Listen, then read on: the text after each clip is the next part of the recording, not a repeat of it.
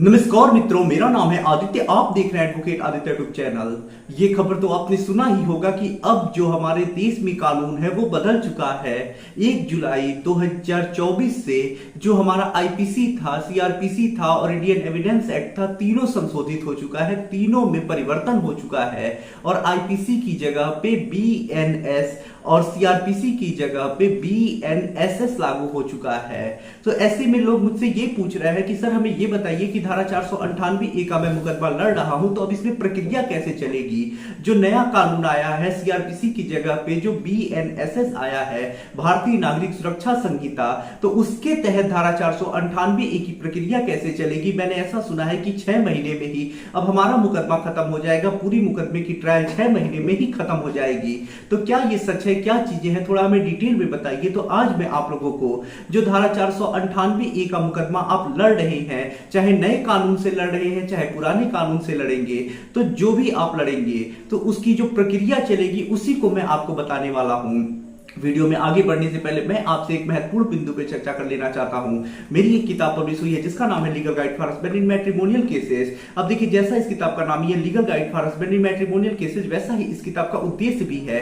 इस किताब में आपको मैट्रिमोनियल केस जैसे 498, 125 CrPC, DV act, section 9, divorce case, इन सब मुकदमों के संबंध में काफी अच्छी जानकारी मिल जाएगी। तो अगर आप मैट्रिमोनियल मुकदमा लड़ रहे हैं तो आप हमारे इस किताब का अध्ययन जरूर करें। किताब पढ़ के आपको अच्छी जानकारी होगी जिससे आप अपने मुकदमे में अपना पक्ष रख पाएंगे, अपना पक्ष मजबूत कर पाएंगे, मुकदमे को जल्दी खत्म करा पाएंगे और आप ठगी के शिकार नहीं होंगे।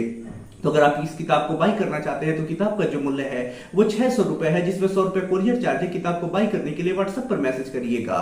तो आज मैं आपको जो भी चीजें बताऊंगा वो आपको इसी अपने किताब के माध्यम से बताऊंगा। अब लोग कहेंगे ये किताब तो आपने पहले का छपवाया है और कानून तो अब आया है, तो ऐसे में क्या होगा, अब तो ये किताब बेकार हो गया। तो ऐसा कुछ नहीं है। देखिए, सिर्फ कानून का नाम बदला है और धारा इधर से उधर हुई है। जैसे जो प्रक्रिया थी वैसे ही प्रक्रिया रहेगी। जैसे अगर आपके ऊपर पहले 498 आईपीसी में एफआईआर होता था, अगर अब होना होगा तो बीएनएस की धारा 85 पे होगी। लेकिन जैसे जो प्रक्रिया थी वो प्रक्रिया वैसे ही चलेगी, सिर्फ सेक्शन जो उसके लिए है वही चीजें बदल दी गई हैं। जैसे बेल पहले आप किसी और सेक्शन में डालते थे, अब किसी और सेक्शन में डालेंगे। तो सिर्फ सेक्शन बदला है, कानून का नाम बदला है, जो प्रोविजन है वो वैसा ही रहेगा, जो प्रक्रिया है वैसी ही रहेगी। तो देखिए, जो प्रक्रिया जैसे पुरानी चलती थी वैसे ही अब भी प्रक्रिया चलेगी। तो जो प्रक्रिया चल रही थी, आइए हम थोड़ा सा उस पर चर्चा कर लेते हैं ताकि आप भी समझ जाएं कि धारा 498 का मुकदमा हो या फिर धारा 85 बीएनएस का मुकदमा हो तो वो कैसे चलेगा, कैसे उसमें प्रक्रिया चलेगी। तो देखिए, नॉर्मल अगर थाने से एफआईआर होता है तो उसमें जो प्रक्रिया चलती है, जो भी चीजें बताऊंगा अपने इस किताब के माध्यम से बताऊंगा।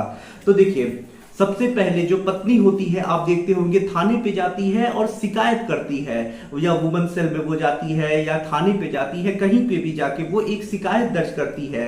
उसके बाद पति को 41A सीआरपीसी के तहत नोटिस भेजा जाता है। तो अब जो नोटिस भेजा जाएगा दूसरे सेक्शन में भेजा जाएगा, लेकिन नोटिस तो भेजा ही जाएगा, वैसे ही वो प्रक्रिया चलेगी। तो देखिए, उसके बाद क्या होता है कि नोटिस भेजा जाता है। उसके बाद पति जब हाजिर होता है थाने पे तो पति और पत्नी के मध्य काउंसलिंग कराई जाती है, समझौता का प्रयास किया जाता है।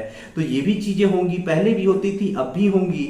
जब काउंसलिंग हो जाता है तो उसमें 2 निष्कर्ष निकलता है, या तो दोनों में समझौता हो जाता है और साथ रहने को तैयार हो जाती हैं, या फिर जो पत्नी आरोप लगाई होती है गलत साबित हो जाता है, झूठे साबित हो जाते हैं, पुलिस को लग जाता है कि पत्नी झूठा मामला लेकर आई है।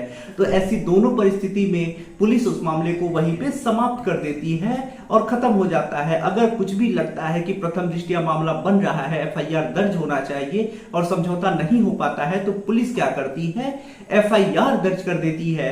तो पहले धारा 498 आईपीसी में एफआईआर दर्ज होता था, अब धारा 85 बीएनएस में आपका एफआईआर दर्ज होगा। तो ये तो हो गया एफआईआर तक। अब जब आपके ऊपर एफआईआर दर्ज हो जाता है, आपको डर होता है कि आपको पुलिस गिरफ्तार कर लेगी, आप जेल भेज दिए जाएंगे। तो ऐसे में आप अग्रिम जमानत डालते हैं एफआईआर के तुरंत बाद। तो अग्रिम जमानत पहले भी पड़ता था, अब भी आप डाल सकते हैं एफआईआर के बाद। अगर लगता है कि पुलिस गिरफ्तार कर लेगी तो आपको अग्रिम जमानत कराना है। अगर डर नहीं है कि गिरफ्तारी नहीं होगी तो अग्रिम जमानत कराने की कोई आवश्यकता नहीं है।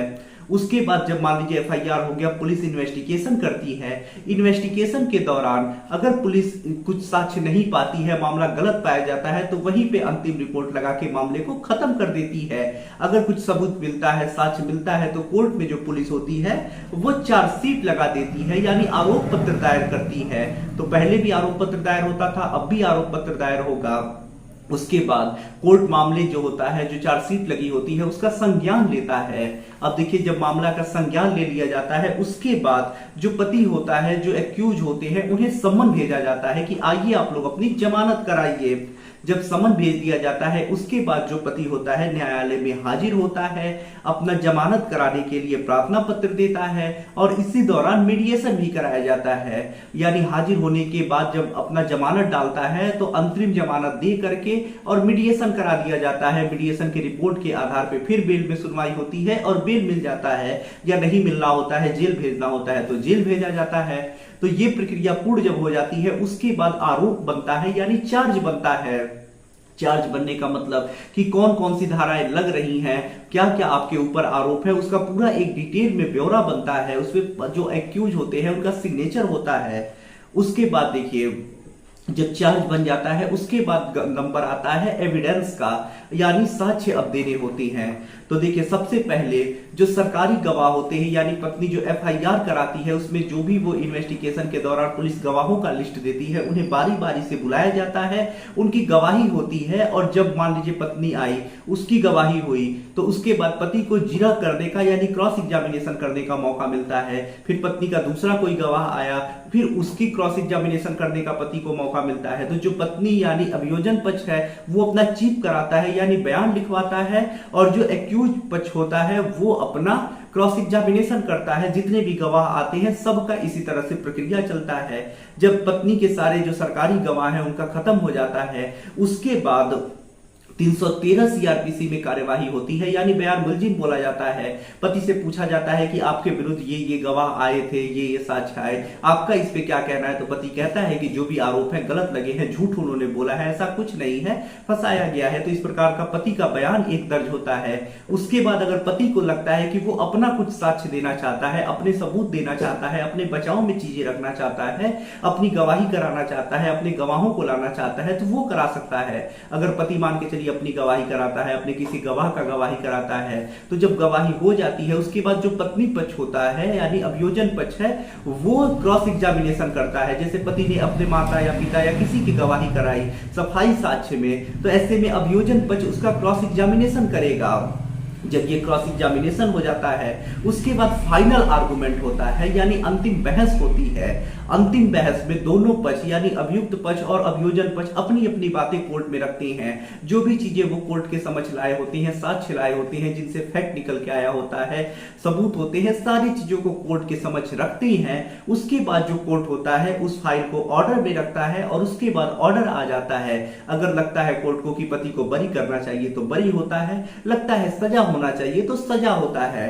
तो ये एक नॉर्मल प्रक्रिया हो गई। धारा 498 AIPC हो या फिर धारा 85 BNS हो, दोनों में यही प्रक्रिया चलेगी। सिर्फ जो ये प्रक्रियाएं हैं तो अलग अलग सेक्शन में बताई गई हैं। तो पहले CRPC में बताई गई थी, और अब जो बताया गया है वो BNSS में बताया गया है। अगर आपका धारा 498 A का ही मुकदमा चल रहा है, यानी 30 जून 2024 के पहले का आपका मुकदमा है, दर्ज हो गया है, कोर्ट ने संज्ञान ले लिया है, तो वो पुरानी CRPC से ही चलेगा। CRPC वाला ही कानून और धारा उस पर लागू होगा। और अगर उसके बाद आपका मुकदमा हुआ है, उसके बाद उसमें संज्ञान लिया गया है, तो नया वाला धारा लगेगी, नया वाला जो कानून है उसके तहत जो प्रक्रिया है, यानी केवल सेक्शन जो है वही लगेगा, प्रक्रिया तो वही चलेगी।